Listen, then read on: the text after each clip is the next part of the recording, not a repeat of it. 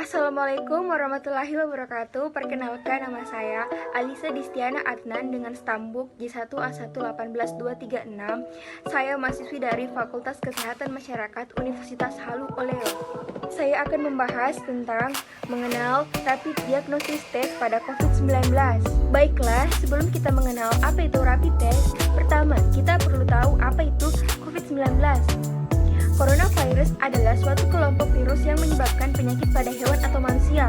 Beberapa jenis coronavirus diketahui menyebabkan infeksi saluran nafas pada manusia, mulai dari batuk, pilek, hingga yang lebih serius seperti Middle East Respiratory Syndrome atau biasa disebut dengan MERS dan Severe Acute Respiratory Syndrome atau SARS.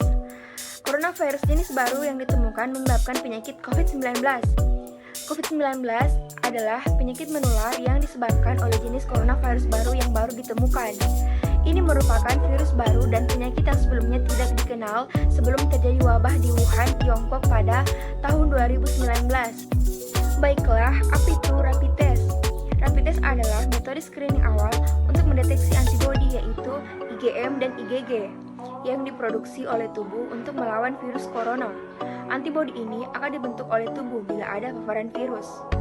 Artinya, dengan kata lain, bila antibodi ini terdeteksi dalam tubuh seseorang, artinya tubuh seseorang tersebut pernah terpapar atau dimasuki oleh virus. Namun, perlu Anda ketahui bahwa pembentukan antibodi ini memerlukan waktu, bahkan bisa sampai beberapa minggu. Jadi, rapid test di sini hanyalah sebagai pemeriksaan awal atau screening dan pemeriksaan penyaring, bukan pemeriksaan untuk mendiagnosa infeksi virus corona atau COVID-19. Baiklah, selanjutnya manfaat rapid test. Yang pertama, rapid test dilakukan sebagai screening awal infeksi virus pada orang yang berisiko tinggi mengalaminya.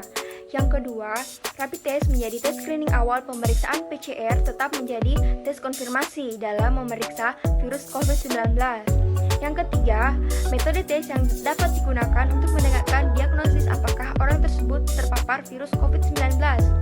Yang keempat, sebagai upaya untuk menekan penyebaran virus COVID-19. Baiklah, yang selanjutnya kriteria orang yang akan di rapid test. Yang pertama, kategori pertama yakni masyarakat dengan risiko tertular paling tinggi seperti orang dalam pemantauan atau ODP yang baru tiba dari luar negeri. Yang kedua, pasien dalam pengawasan atau PDP dan keluarga, tetangga, serta temannya dan petugas kesehatan di rumah sakit yang menangani COVID-19. Kategori kedua yaitu masyarakat dengan profesi interaksi sosialnya rawan tertular. Dan kategori ketiga meliputi masyarakat luas yang memiliki gejala sakit yang diduga penyakit COVID-19.